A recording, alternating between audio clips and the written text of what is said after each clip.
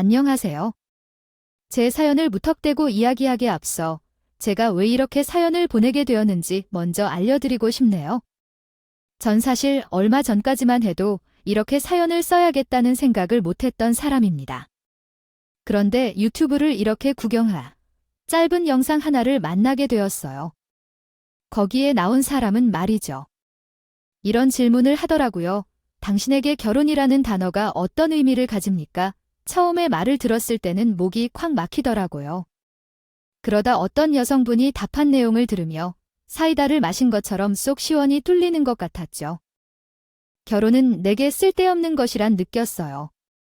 처음엔 내가 왜 결혼에 그렇게 목을 매면서 이 남자랑 결혼해야지 생각했는지 모를 정도라니까요. 이 영상 속 여자의 말에 저는 매번 듣기만 하던 이곳에 사연을 보내야겠다는 생각을 하게 되었습니다. 제가 왜 이렇게 동영상 속 이야기를 먼저 시작하게 되었냐 하면 말이죠. 이제부터 여러분들에게 전하고 싶은 사연의 내용이 이 영상 속의 여자처럼 그런 생각이 들게 만드는 일이기 때문이에요. 정말 결혼이라는 게 아무 의미 없는 짓이구나 하는 것을 느끼게 될 그런 내용을 담고 있거든요. 그럼 이제부터 정말 저희 부부의 이야기를 한번 들려드릴게요. 저와 남편은 말이죠. 사회에 나오고 나서 친했던 제 동창 중 한 명이 자신이 아는 지인이라며 소개를 받은 사람이었어요. 어느 연애나 다 똑같겠지만 남편도 처음 만난 책에 정말 깍듯이 대했죠. 저희 부부는 가치관에 있어서 비슷한 부분도 많았고 저로 마음도 잘 맞았기에 연애를 먼저 시작하게 되었습니다. 그리고 2에서 3년의 만남 끝을 저힌 결혼을 결심하게 되었죠. 결혼을 준비하면서도 남편과는 정말 많은 이야기를 나누곤 했어요. 남편과 저의 결혼 후에는 어떤 생활을 하게 될까 하면서 말이에요. 당신이랑 내가 결혼하면 정말 마음 잘 맞는 사회가 될 것 같지 않아. 요즘 결혼 준비하면서 내가 주변 친구들한테 이런 말을 듣고 다녔거든. 집에서 서로 돈 벌면서 자기네들은 용돈 한 번 제대로 받기 힘들다는 거야. 그래. 당신 친구들 부부가 다 같이 돈을 버는데 그렇게 용돈을 타서 쓴대음. 그렇다니까 친구들 하는 짓이 너무 웃기더라고.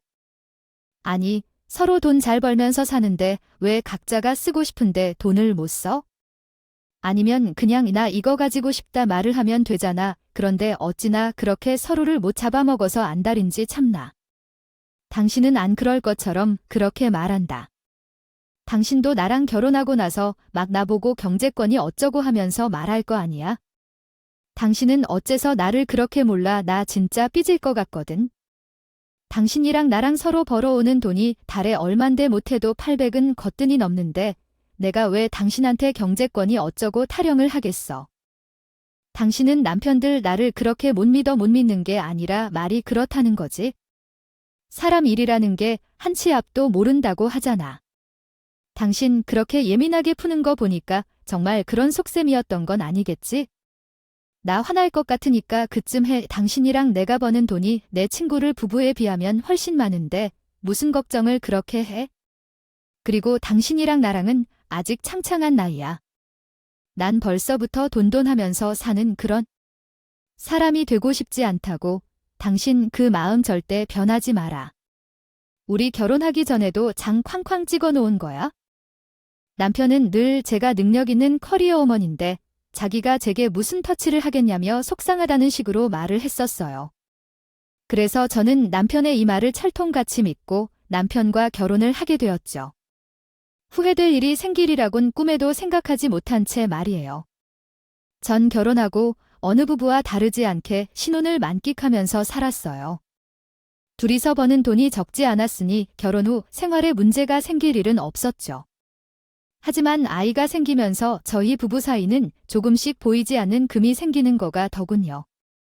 남편은 아이를 가지기 전에는 제 이런 능력 좋은 모습이 정말 좋다며 지금도 반하고 산다면서 우리 결혼해도 평생 잘 살아봅시다 이런 말만 제게 잔뜩 해주던 사람이었는데 경제권으로는 서로의 삶을 터치하면서 살지 말자며 아이가 태어나도 행복한 가정을 꾸리자란 약속을 했던 그였지만 막상 아이가 태어나고 나서는 상황이 바뀌더군요. 이때 전 사람이라는 것이 정말 속을 알 수 없는 동물이 확실하다는 생각을 하게 되었죠. 당신 회사의 이야기는 해봤어. 분명 당신이 육아휴직을 쓰기 전에는 당신 자리 비워두겠다고 했다면서 분명 그렇게 이야기를 했는데 이제 와서 내 자리가 없다면서 그런 말을 하잖아. 그래도 자리 마련해 준다면서 만들어준 자린 전에 하던 업무와 완전히 다르고 그래도 어떻게 꾹 참으면서 다녀봐야 할까? 당신 경력도 있으니까 어떻게 다시 자리가 나면 옮겨주겠지? 그렇습니다. 남편과 저의 문제는 여기서부터 시작되었던 것 같아요.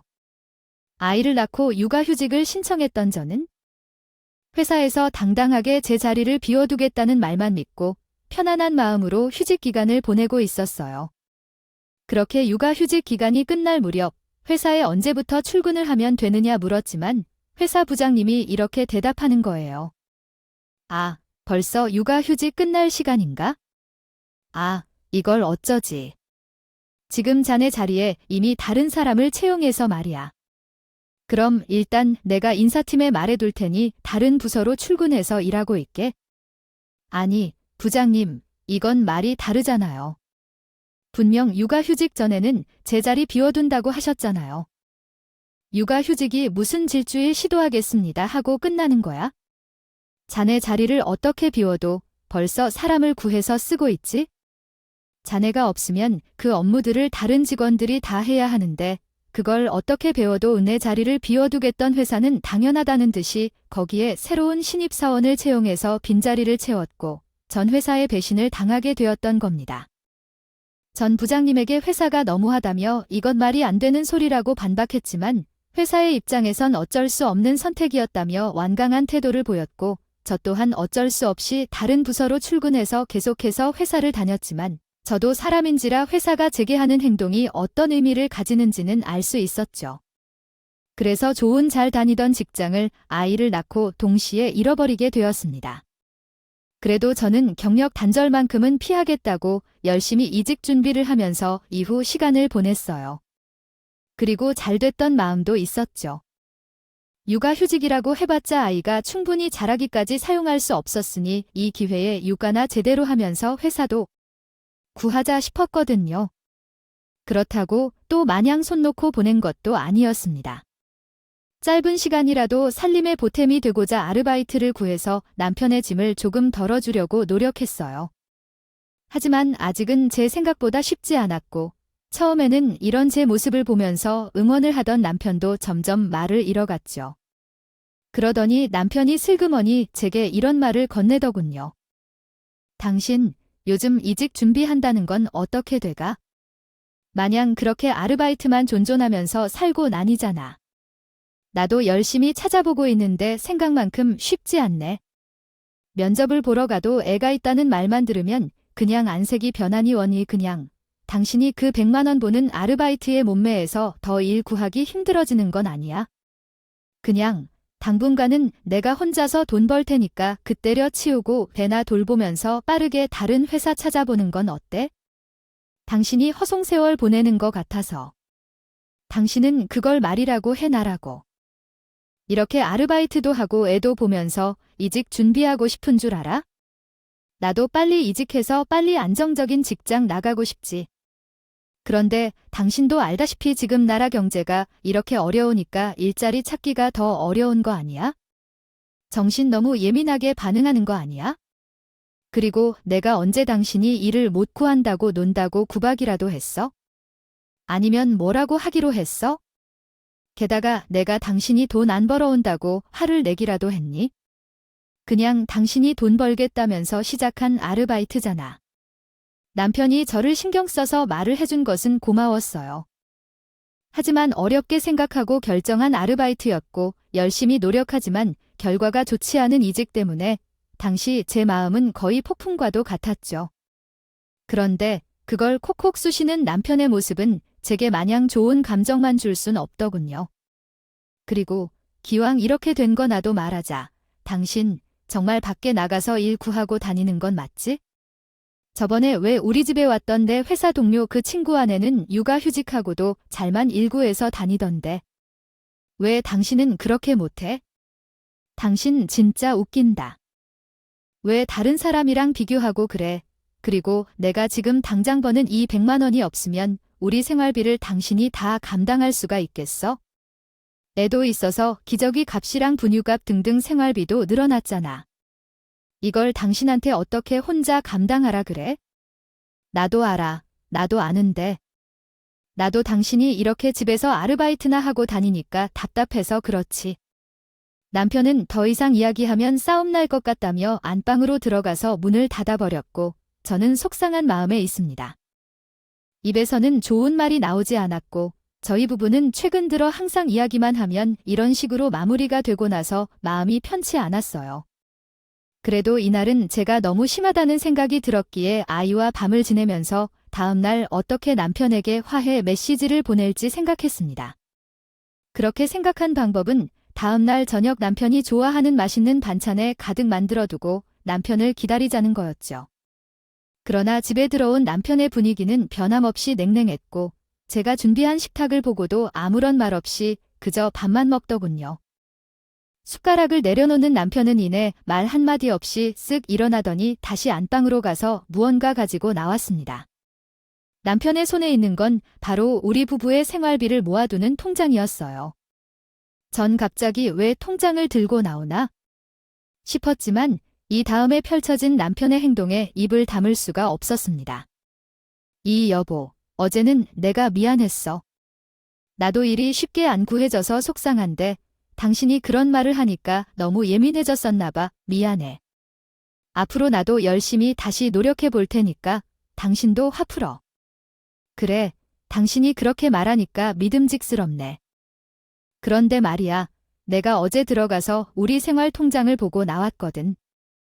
동정을 보니까 궁금한 점들이 좀 있더라고. 우선 여기 이 부분 도대체 뭐야? 뭐가 우리 생활비 나가는 거 고쳐야 할 부분 있어? 편하게 말해봐. 이런 말 하면 조금 쑥스럽지만 전 주변에서도 똑소리 난다 할 정도로 살림꾼이었거든요. 원래 회사에서 하는 일도 그렇고 성격도 매사 똑부러지게 계획을 세워둬야 마음이 편해지는 사람이어서 생활비 통장 관리는 남편과 상의 후 제가 관리하고 있었죠. 여기 말이야, 여기 당신 장모님한테 용돈을 왜 이렇게 많이 보내? 우리 살림 넉넉치도 않은 거 뻔히 알면서 하니 겨우 20만 원인데 뭐가 많다는 거야. 평소에도 늘 이 금액으로 보냈는데 뭐가 문젠데? 그건 당신이 안정적으로 돈을 벌어올 때 이야기지. 지금은 아르바이트 하면서 꼴랑 100만 원 받는 것밖에 없잖아. 당신 진짜 웃긴다. 내가 회사 다니면서 월급 다 박다박 받을 때는 아무 말 안 하더니 갑자기 왜 이제 와서 우리 부모님 용돈에 괜히 10인데? 내가 직장 잃고 아르바이트 하러 다니고 그러니까 이제 무슨 일어? 그래, 당신 뭘 잘했어? 분명 당신이랑 너 결혼 초기에 여기 생활비 통장에 놓기로 정한 금액 분명히 있었지.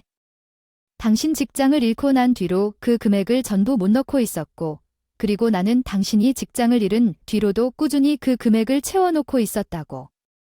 그건 당연하지. 나도 나름대로 원할 때 직장을 잃은 것도 아닌데 지금 와서 왜 그걸로까지 지는 건데? 난 그래도 당신이 똑 부러지게 잘 쓰니까 마음 놓고 우리 통장에 맡겼더니 이게 뭔데? 왜 당신이 마음대로 장모님에게 용돈을 막 보내고 그러냐고? 상황이 변했으면 나랑 상의해야 했을 거 아니야? 남편 말은 그랬습니다. 제가 이제 버는 돈이 줄었으니 제 부모님에게 보내는 용돈도 줄여야 한다는 거 아니냐? 다른 부분은 다 그렇다 쳐도 이 용돈만큼은 도저히 자기 머리로 이해할 수가 없다고 하네요. 전 너무 황당하고 어이가 없었죠. 지금까지는 아무런 말도 안 하더니 갑자기 이제 와서 이런 말을 하니까. 말이에요, 당신. 지금까지는 아무 말도 안 하다가 갑자기 왜 이러는 거죠? 그리고 당신, 분명 결혼 초기에는 나한테 이러한 문제로 딴지를 안 걸 거라고 했잖아. 그런데 왜 지금 와서 그러는 거죠? 솔직하게 말해, 정신이 지금 나한테 큰 소리 치는 상황이나 되느냐? 난 열심히 돈을 벌어왔는데 자기 부모님한테 용돈을 받아 이렇게 큰 금액을 덜컥 쓰고 있는 사람이 알아서 굽혀야지. 지금 내가 애를 낳고 잘 살다가 직장 때문에 이러는데 당신이 이런 소리를 하니까 그러는 건 아니지 않아? 나한테 정이라도 떨어져서 그래? 내가 지금 당신에게 정이 떨어진단 말을 했어? 그냥 장모님한테 보내는 용돈이나 줄이라고 말해주고 있잖아. 그래, 이번 기회에 우리 닦아놓고 이야기하자. 지금 당신이 보는 돈에서 장모님한테 보내는 용돈이 가장 중이라 해. 그거 전부 내 돈에서 나가는 거 아니냐고. 진짜 어이없다. 누가 보면 생활비 통장에 있는 돈으로 우리 부모님 용돈만 챙기고 있는 줄 알겠어? 당신 부모님 용돈도 똑같이 매달 챙겨드리고 있었잖아. 그런데 왜 그건 본체만 채하고 우리 엄마한테 보내는 돈 가지고 막 그러는데 그럴 거면 둘 다 줄여. 너무 화가 나더군요. 이제 와서 갑자기 우리 부모님 용돈을 줄이라면서 윽박을 지르는 남편의 요구가 말이에요. 그래서 이대로지면 안 되겠다는 생각이 들어서 저도 남편에게 반박을 했습니다. 하지만 남편은 끝까지 자기 생각을 굽히지 않았고 더 황당한 이야기를 늘어놓기 시작했죠. 지금 당신이랑 내가 버는 돈이 같아 다르잖아. 당신이야말로 말이 되는 소리를 해라. 당신은 어떻게 사람이 그렇게 이기적이냐. 아, 됐고 이제부터 장모님한테 보내던 용돈 딱 5만 원만 해. 나도 더 이상은 양보 못해. 당신 그래도 5만 원은 너무하잖아. 내가 아르바이트에서 보는 돈만 해도 100만 원이 넘어. 그런데 5만 원만 보내라고. 그건 도대체 어느 머리에서 나온 계장법이야? 내 머리에서 나온 계산법이다. 나도 지금까지 많이 참았어. 당신 벌써 직장이고 집에서 아르바이트나 하면서 지낸 지가 벌써 반년이야. 그런데도 참아줬으면 내 의견에 좀 따라야 하는 거 아니야? 그래도 5만 원은 너무 심하잖아.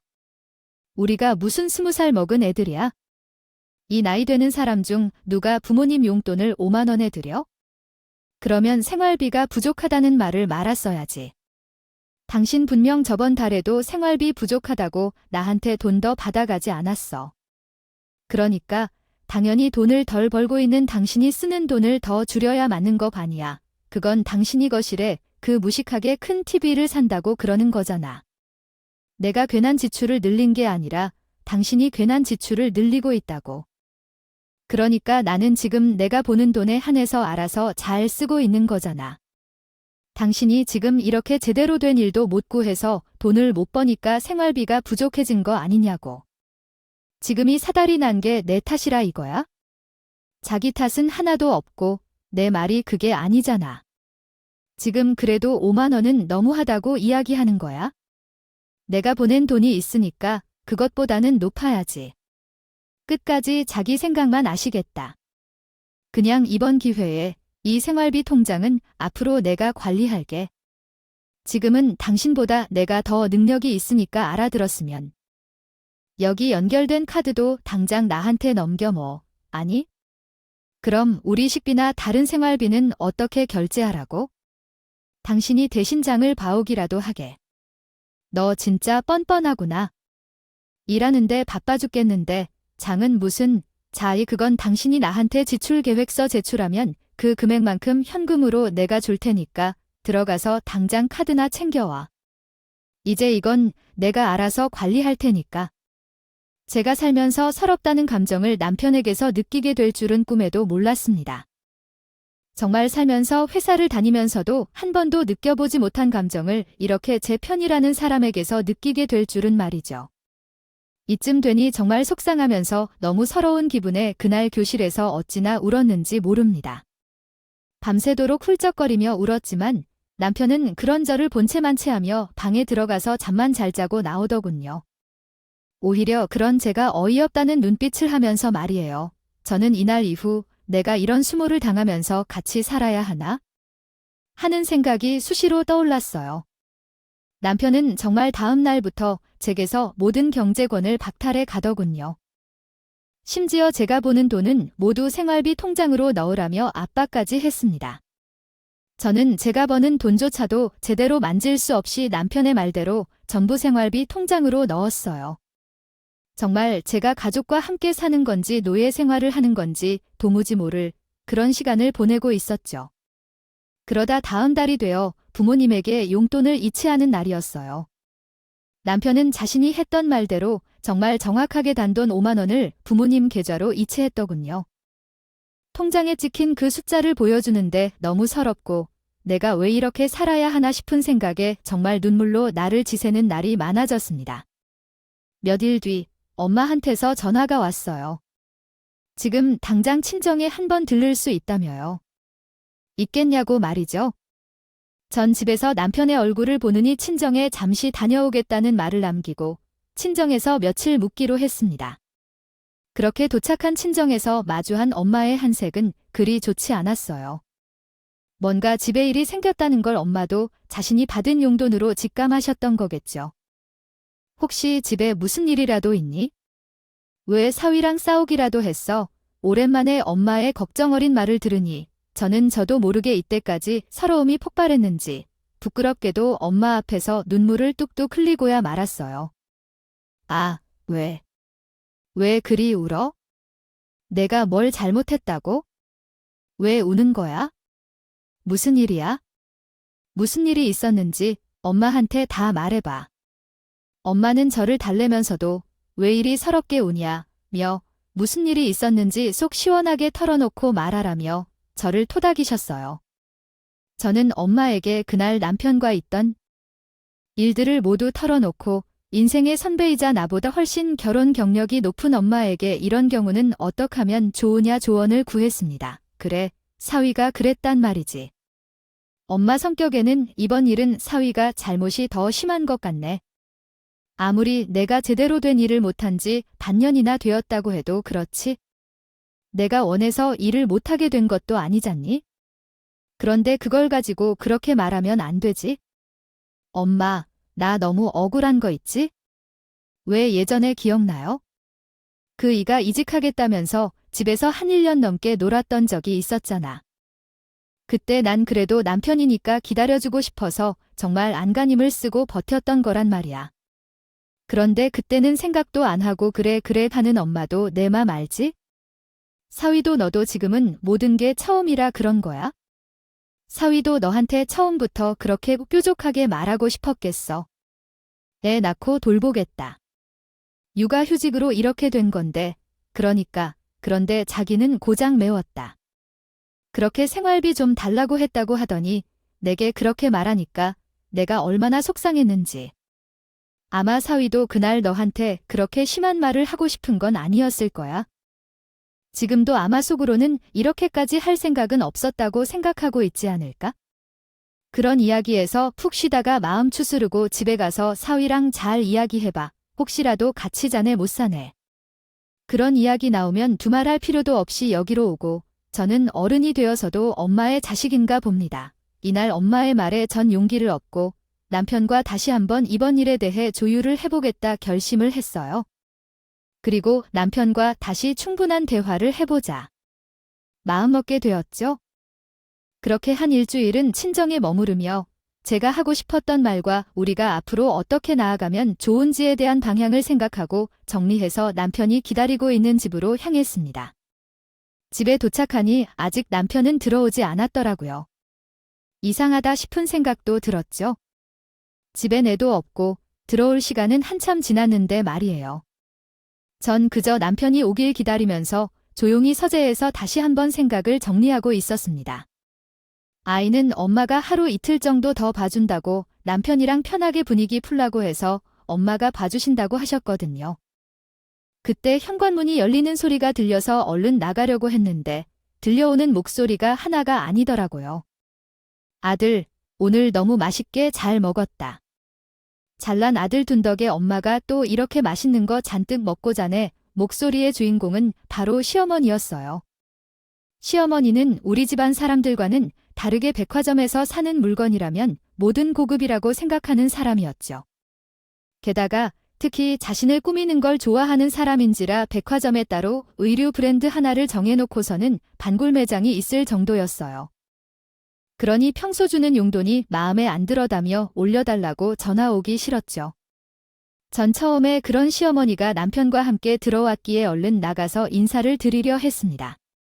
하지만 그 다음에 이어진 내용은 제 호기심을 자아내기 아주 훌륭한 내용이었죠. 아들이 이번에 보내진 용돈으로 여기 이거 다 사느라 아주 바빴지 뭐야? 이 엄마가네 덕분에 어디 나가서 꿀리지도 않고 이렇게 살 수 있는 거 아니겠어? 고마워, 아들. 아유, 엄마가 날 어떻게 키웠는데? 정도는 당연하지. 혹시라도 더 부족하면 항상 나한테 말하고 우리 여사님이 어디 나가서 기죽거나 그러면 나도 속상하니까. 아니가 매달 130만 원씩 용돈을 주는데 뭐가 부족하겠어? 엄마는 아들한테 감사해. 뭘 내가 그만큼 보니까? 엄마는 그 정도 받아도 괜찮지. 그런데 걔는 아직도 자기 집에 용돈 20만 원씩 보내고 그러니 걔는 무슨 염치도 없다니? 자기가 돈을 못 벌면 당연히 자기 집에 보내는 돈도 줄여요. 합당하지. 어우, 진짜 걔가 엄마처럼 그런 생각을 해야 하는데 말이야. 진짜 눈치도 없고 염치도 없고. 처음 만날 때는 그래도 돈이라도 잘 버는 여자네 싶었는데 지금은 아무런 능력도 없는 그저 아르바이트 전전하는 아줌마 다 됐어. 어이구, 그러는 너도 아저씨야. 아저씨 애도 있는데 그래도 마음은 붙이고 살아봐야지. 몰라, 진짜. 요즘은 얼굴 보기도 싫다니까 이젠 정말 왜 같이 살아야 하나 싶은 생각도 든다. 그래도 그런 말 함부로 하고 다니면 안 돼. 걔가 집에서야 안 보면 누가 집에서 애를 보고 그러니까. 그리고 너한테 이렇게 따박따박 아침상 차려주고 그런 여자가 세상에 많은 줄 알아? 요즘 애들 무섭다. 걔 같은 애 찾기 힘들어. 아, 맞아. 걔가 그런 점은 정말 좋다니까. 회사 다니면서도 아침이랑 집안일은 엄청 잘했지. 그래, 어떻게든 내가 좀 클 때까지는 살살 꼬드겨서 잘 살아봐. 그 다음에는 뭐니? 말대로 헤어지든 말든 알아서 하고, 역시 그렇지. 아, 진짜. 내가 애는 왜 낳겠다고 해서 이 고생을 하는지 모르겠다니까. 애만 아니었어도 편하게 눈치도 안 보고, 내 돈은 내가 다 쓰고 다녔을 텐데, 철없는 소리 아니? 그래도 그것이 아들을 낳아줘서 참 다행이야.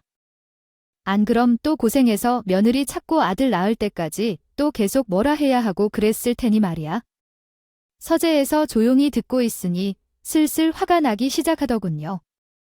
두 사람은 제 신발이 버젓이 현관에 있는 것도 눈치를 묻혔는지 아주 두 사람이서 제 이야기를 갈비 뜯듯이 시원하게 하고 있었죠. 전 이번에 두 사람이서 하는 이야기를 듣고 남편이란 사람을 아주 잘 파악하게 되었습니다. 애초에 남편이란 인간은 저를 돈 벌어오는 기계, 밥해주는 기계, 애 봐주는 기계로 생각하고 선택했던 걸 말이죠. 시어머니 역시 저를 무슨 집안일 하는 식모 혹은 아이나 낳고 키우는 부모처럼 생각하고 있던 거예요. 그리고 제일 어이가 없었던 것 말이죠. 우리 부모님에겐 5만 원만 허락하던 그 잘난 남편이란 놈이 자기 엄마인 시어머니한테는 매달 130만 원이라는 거금을 용돈으로 주고 있었다는 겁니다. 전 마지막 시어머니의 말을 끝으로 화를 참지 못하고 문을 벌컥 열고 거실로 나갔어요. 그리고 시어머니와 남편에게 나 좀 물었죠. 당신, 지금 그게 무슨 말이야? 나한테 다 똑바로 말해.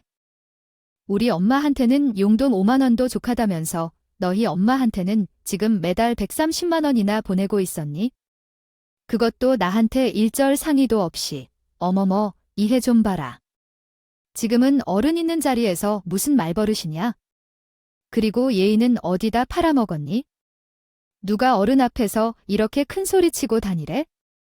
당신, 지금까지 우리 이야기 옷 듣고 있어서 옷 좀. 사람이 왜 이렇게 음침해? 그래, 나 우리 엄마한테 매달 용돈 130만 원씩 보냈어.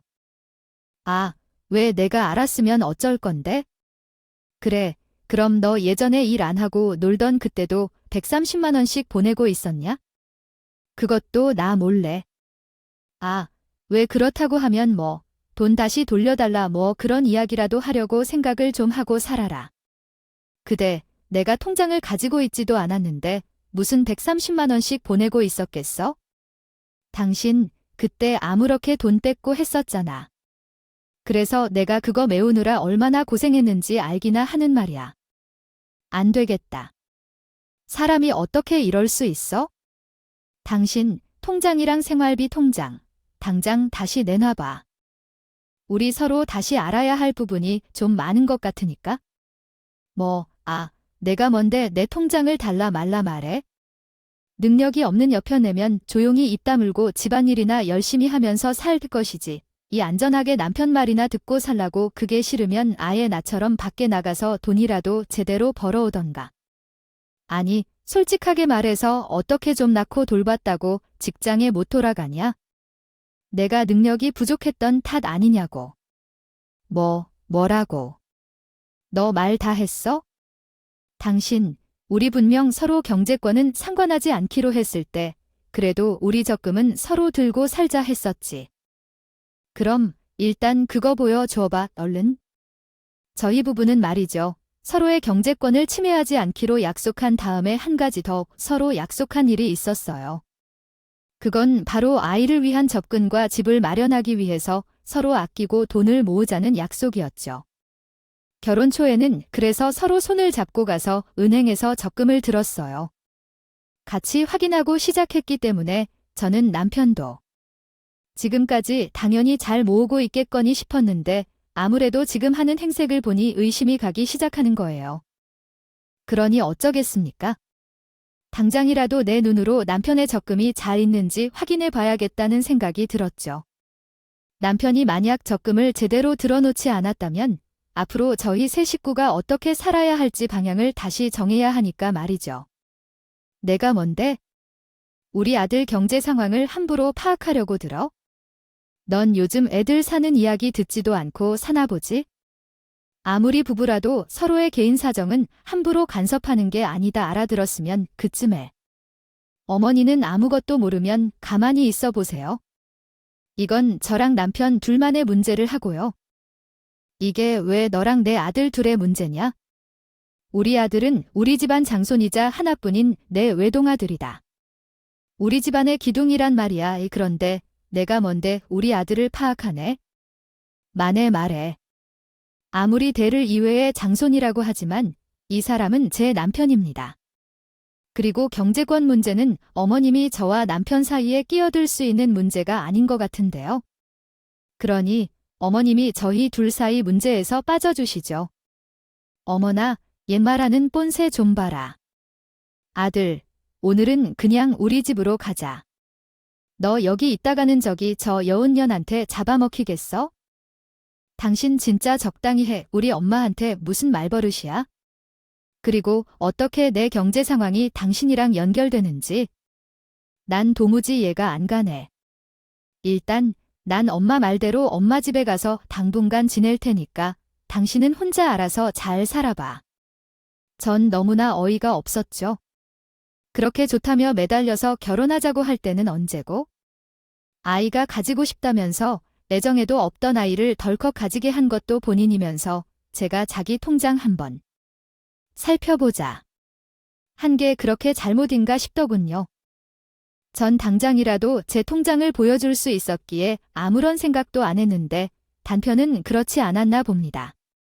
어쨌든 이날 기점으로 남편이란 놈은 시댁에서 두세 달의 시간을 보내다 집에 들어왔고 전 그런 남편이란 놈을 도저히 제 가족이라 생각할 수 없었어요. 그렇게 저는 속으로 남편과의 이별을 확실시하고 남편이 시댁으로 간 사이 이전부터 준비하던 제 사업을 시작하기로 결심했어요. 이혼을 하더라도 제가 스스로 자립이 가능한 상태에서 이혼을 하고 싶었거든요. 제가 사업이 성공하고 부자가 되기를 바라는 것까지는 아니어도 이 두 모자 앞에서 당당하게 당신보다는 내가 돈 더 많이 번다라고 이야기를 해주고 싶었어요. 물론 사업이라는 게 쉽지 않다는 것 압니다. 잘 되면 부자가 되고 망하면 쪽박 차는 거 다 알고 있어요. 그래도 저는 이왕 사업을 시작했으니 망하지 않으려고 정말 죽기 살기로 매달리면서 몰두했어요. 이거 하나밖에 나한테 없다는 그 일념 하나로 말이죠. 제가 시작한 사업은 친한 언니가 제게 알려준 상업이었는데 온라인으로 물건을 판매하는 그런 쇼핑몰을 운영하는 거였어요. 불행 중 다행이라 할까요? 이전에 다니던 회사도 무역회사였기에 제겐 언니의 이야기가 또 하나의 기회라는 생각이 들었죠. 그래서 사업에 대한 결정도 선뜻 빠르게 내릴 수 있었던 거고요. 남편은 이런 제가 집에서 일도 안 하고 컴퓨터만 붙잡고 노는 것처럼 보였겠지만 저는 열심히 사업 아이템들을 찾기에 바빴어요. 1분 1초가 아쉬웠죠. 그렇게 하루 이틀 제가 컴퓨터에만 빠져 살자 남편은 그런 제가 한심하다는 듯이 바라보곤 했어요. 전속으로 오히려 잘 됐다는 생각을 했죠. 남편에게 제가 사업을 한다는 사실을 들키고 싶지 않았으니까요. 얘야, 너는 언제까지 그렇게 컴퓨터만 잡고 놀 건데? 그래서 이 집 준비는 언제 하냐고 쥐꼬리만한 월급이라도 받아오던 아르바이트는 이제 그만돈이야. 내가 돈을 벌든 안 벌든 당신이 무슨 상관인데? 그래, 아르바이트 잘하고 다니니까 신경 꺼에 당신은 그냥 당신의 할 일이나 똑바로 잘하고 다니라고 이미 이별을 결심한 사람에게 좋은 말이 나아가는 것은 어불성설. 남편은 그런 제 모습에 지친다는 듯이 시댁으로 도피를 가기 일쑤였죠. 그런 식으로 몇 년이 지났는지 모르겠어요. 남편과 시어머니 두 사람은 작당 모의를 했는지 집에서 일을 하고 있던 제게 다가와서 예전에 자신들이 했던 말을 똑같이 반복하는 일을 벌이더군요. 우리의 피 말려 죽일 셈이니 어떻게 애가 아직도 직장을 안 구하고 이렇게 뻔뻔하게 집에서 놀고 먹고 해. 당장 막노동이라도 해서 돈을 벌어와야지. 능력 없는 거 정말 티 내고 다니냐? 동네 사람들 부끄러워서 내가 당신이랑 잘 지낸단 말도 못하고 다녀. 그리고 당신은 우리 애 잘 키우고 있는 건 맞긴 해. 능력도 없는 사람이 퍽이나 애를 잘 키우겠다. 아주 웃기는 짬뽕들이지 않나요? 남편이란 놈은 자기 자식에게 일도 관심 없이 살았으면서 이럴 때만 자기 자식을 찾고 시어머니라는 인간은 제가 아르바이트를 할 때만큼의 생활비만 보태면서 살죠. 힘들어진 남편이 용돈을 줄이니 이런 식으로 제게 보복성으로 찾아와 화를 내고 가는 일이 잦아졌거든요. 전 그런 둘을 어이없다는 듯이 한 번씩 쳐다보곤 방으로 들어가서 그동안 꾸준히 노력해서 성장해온 제 사업자 명함과 함께 이혼 소장도 그 둘에게 보여줬습니다. 두 사람은 처음에는 이혼 서류를 확인하더니 저를 한 번 보았고 명함에 박힌 제 이름을 보더니 어리둥절한 표정을 하며 또다시 저를 쳐다보더군요. 이게 뭔데? 당신 나 몰래 무슨 다단계라도 했어? 당신이 무슨 회사 사장이야. 말도 안 되는 소리 하지 마. 게다가 이건 이혼 소장 아니냐? 아니, 너 우리 애 같은 남편이 어디 세상에 더 있는 줄 알아? 이 괘씸한 것이네. 어머님 참 잘 보셨네요. 거기에 있는 서류 이혼 소장 맞고요. 당신 아들이랑은 오늘부로 다 정리하겠습니다. 참, 그리고 보여드린 명함은 제 사업자 명함이에요. 시작한 지 제법 돼서 이젠 매출도 좀 탄탄해져서 먹고 살만 하거든요. 그래서 저도 예전에 남편 말처럼 혼자 잘 살아보려고 해요. 하지만 두 사람은 절대 그런 제 성공을 믿지 못하겠다는 반응을 보이더군요. 그래서 저는 두 사람에게 이번 달 들어온 매출을 노트북을 켜서 눈앞에 확인해 주었죠. 두 사람은 수익을 보더니 뒤로 나자 빠질 뻔하더군요. 이게 0이 도대체 몇 개야? 당신 왜 지금까지 말 안 하고 살았어? 이렇게 잘 벌고 있으면 당연히 당신이 생활비도 더 부담하고 그랬어야 하는 거 아니야? 내가 누구죠? 라고 생활비를 넣어. 그리고 난 그때부터 지금까지 당신한테 생활비 달라고 한 적 없는데 그건 기억도 없으신가 보지. 남편은 제 말에 묵묵히 생각하는 척하더니 그제야 깨달은 듯이 보이더군요. 왜 남편이 예전부터 경제권을 자기가 가져가야겠다며 제가 가진 통장이며 카드이며 다 들고 갔다고 했잖아요. 그때부터 저는 제 스스로 어떻게든 살기 위해서 사업과 동시에 안 해본 일이 없을 정도로 바삐 움직이면서 살았어요. 자기 엄마 품에서 오냐오냐 있었던 남편이란 놈은 알턱이 없었겠죠?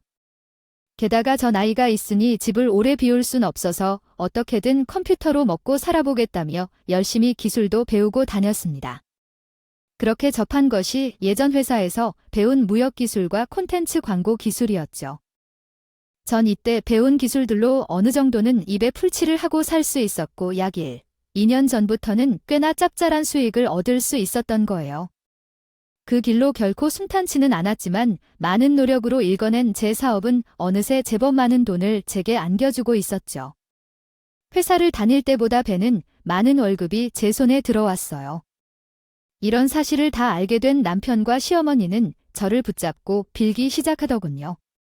어떻게 이렇게 갑자기 이혼하겠다고 말할 수 있어? 이 시험이 얼굴을 봐서라도 우리 애랑 다시 잘해보자. 저 어린 것에게 부모가 헤어지는 아픔을 줄 수는 없잖니? 그래, 우리 애도 있는데 다시 잘 이야기해서 같이 살자. 지금까지 당신이랑 나 많이 대화도 해보지 않았잖아. 내가 이렇게 빌게 해. 그러니까 우리 다시 잘해보자. 둘이서 다시 잘 살아보자며. 똑같은 말을 하는데 전 더 이상 그 말을 듣고 있기 지겹지 않고 당장 집을 나와서 친정으로 갔어요. 친정 부모님은 제가 이렇게 고생하면서 살았다는 걸 다 알고 있었기에 저를 따뜻하게 반겨주었고 저는 남편과 이혼을 하게 되었다며 솔직하게 말씀드렸죠. 이에 엄마는 제 결정을 존중한다 해주었고 아빠 역시 제 편을 들어주었습니다. 하지만 이런 결정도 잠시 가만히 생각해보니 이대로 제가 이혼을 하게 되면 그동안 제가 이 두 사람에게 당해왔던 것들이 너무 억울하게 끝날 것 같다는 생각이 드는 거예요. 그래서 저는 이혼을 하기보다는 더욱 깊은 대화를 통해 문제를 해결하고 다시 함께 살아보는 게 더 좋을 것 같아요. 사람에게는 이혼을 제거한다는 식의 뻥을 치고 한 6개월에서 7개월에 같이 살면서 그들이 나한테 했던 짓을 똑같이 대답하지기를 했죠. 어머님, 지금 우리 애 안 돌보고 뭐 하시는 거예요? 지금까지 월급처럼 돈을 따박따박 가져가셨으면 일을 하셔야죠. 애가 말을 안 듣는 걸 어쩌니? 그래서 말인데 이번 달 용돈은 언제 나올 거니? 다음 주에 동창들이랑 모임 있단 말이야. 아, 그거요. 방금 계좌로 넣어드렸는데 확인 한번 해보세요. 5만 원 와, 너 지금 나랑 장난하자는 거야? 왜요? 지금까지 우리 부모님은 5만 원 가지고도 아무런 불평불만 없이 잘 지내고 계신 거려. 그러니 어머님도 당신 아들이 벌인 짓을 생각하면 5만 원도 많죠? 안 그래요? 제 말에 시어머니는 벙어리처럼 입을 꾹 다무려고 그대로 집을 나가더군요. 그러려나 말하려나 내일도 똑같이 찾아와서 같은 말을 반복할 사람이란 걸 알기에 내버려도 씁니다. 그리고 남편은 말이죠. 여보, 이번 달 생활비는 어떻게 할 거야 보니까? 우리 생활비가 많이 부족하던데 내가 이번 달에는 100만 원 안 넣었었나? 지금 당장 너에게 기다려봐. 아니, 그래도 당신 그만큼 돈 벌면 예전처럼 그 정도는 넣어야 되는 거 아니야? 지금 우리가 나가는 돈이 얼마인데 고작 100만 원으로 퉁치려고 그래. 왜 예전에는 내가 100만 원만 넣어도 당신 힘으로 잘 살 수 있다며. 그러면 나머지는 당신이 알아서 다 감당해야지. 그리고 남편과 살면서 제일 억울했던 게 시어머니랑 남편이 먹는 걸로 차별하는 거였어요. 자기 아들은 돈 벌어오니까 좋은 거 먹어도 되고 저는 돈도 못 버니까 먹다 남은 걸 주곤 했거든요. 그것도 아주 똑같이 복수를 했죠. 한 번은 최고급 소고기를 사서 집에서 굽고 있으니까 남편이 된 일이냐며 오랜만에 포식하겠다고 밥상머리에 음식이 다 되지도 않았는데 벌써부터 앉아 있더라고요. 그때 마침 저희 친정부모님이 오셨고 저는 친정부모님 앞에만 비싼 소고기를 구워서 드리고 남편에게는 비계덩어리를 주며 당신은 먹을 거 없다고 했습니다. 그러니 남편이 너무한 거 아니냐고 하길래 그때 또 한 소리 해줬죠. 너무하다고. 당신이랑 시어머니가 나한테 했던 짓은 생각 안 나니? 전복 구워서 먹으면 전복 내장 던져주고 삼계탕 끓여서 먹으면 닭 모가지 하나 던져줬던 사람이 누군데? 나 그 모든 세월들 서러워서 잊지를 못해. 아니, 내가 언제 그랬다고. 장모님, 장인어른, 저 안구를 써요. 오해해요. 오해. 오해는 무슨... 그때 내 딸이 보내준 사진들 내가 다 봤네. 어디 오해라는 소리가 그리 쉽게 나와. 죄송합니다. 여보, 미안해. 그때는 내가 엄마 때문에 안정을 잃었나 봐. 끝까지 상대 탓하는 거 너무도 지치고 지칩니다. 다 해결해 놓고도 내 눈앞에서 사라지는 너희처럼 이뻐 외롭기만 한 여기에서 지금 앉아 있어. 나는 자기들이 한 행동을 그대로 반복하니까 결국 그 두 사람이 손과 발 다 들며 잘못을 인정하고 제게 용서를 빌었어. 역시 사람은 상대편의 입장에서 처한 일을 경험해야만 정신을 차린다는 걸 아무래도 알 것 같아. 하지만 그저 이대로 두기엔 안 돼. 첫 번째 얘기했다시피 이혼은 당연한 선택이야. 나는 그런 둘에게 마지막 피날레처럼 이혼 서류를 집어던지며 이혼해야 한다고 말했어. 그 길을 택해서 그 집을 나왔어. 너희 둘이 얼마나 참느냐고 이해할 수 있는 것만큼 내가 참았다고 너희가 이혼 안 한다는 그 말에 믿음을 품었었지. 앞으로 너희 둘이 잘 살길 바랍니다. 집, 자식을 갈아서 잘 케어하셨고요. 당신도 알아서 귀한 집마님을 잘 모시고 살고 남편은 끝내 저와 이혼을 못하겠다며 법정에서 버텼지만 저는 남편의 통장 잔고와 그간 대화 녹음 및 문자 내용들, 사진들 증거로 제출했어요. 그 증거에는 남편이 가정을 잘 보살필 의지가 없었으며 과거에 저에 대한 모욕의 말로 가득한 대화들이 줄을 이루고 있었죠. 남편은 항상 저한테 애를 맡겨두고 집안일에는 손도 까딱하지 않은 사람이었으니 양육권도 당연히 제가 가져올 수 있었습니다. 귀한 내 자식을 그런 집에 놔두고 올 순 없잖아요. 그리고 나중에 알고 보니 전 남편은 지금까지 모아둔 돈이 거의 없다시피 하더군요. 버는 돈에 비해서 이전 시모에게 많은 용돈을 주는 것도 그렇고 자기 사고 싶은 물건들도 다 샀어야 했던 사람이었기에 저는 이런 결과가 당연하다는 생각이 들었죠. 이혼 후에도 그래도 아이 아빠인 전 남편을 완벽하게 끊어낼 수는 없었어요. 아이는 아직 어렵기에 아빠가 자신의 외면한 사람이라는 걸 몰랐으니 말이에요. 물론 이를 통해 아이가 상처받길 원하지 않았던 저도 아이에게 지금은 자세히 설명해주지 않으려고 하고 있어요. 어쨌든 이렇게 아이를 빌미로 저를 만나게 된 전 남편은 항상 재결합을 외쳤지만 저는 그런 의견을 싸그리 무시하는 중입니다. 지금까지 제 이야기를 들은 여러분들은 저처럼 돈으로 무시당하고 사는 일이 없었으면 좋겠어요. 여자는 아이를 낳고 보통 저처럼 일을 그만두게 되는 경우가 많다고 하는데 요즘은 이런 분위기도 많이 나아졌으니 다들 노력하면 어디게든 무시당하지 않을 만큼 잘 살 수 있다고 전하고 싶었습니다. 그럼 제 이야기를 마무리하며 오늘도 행복으로 가득한 하루가 되시길 바라요. 감사합니다.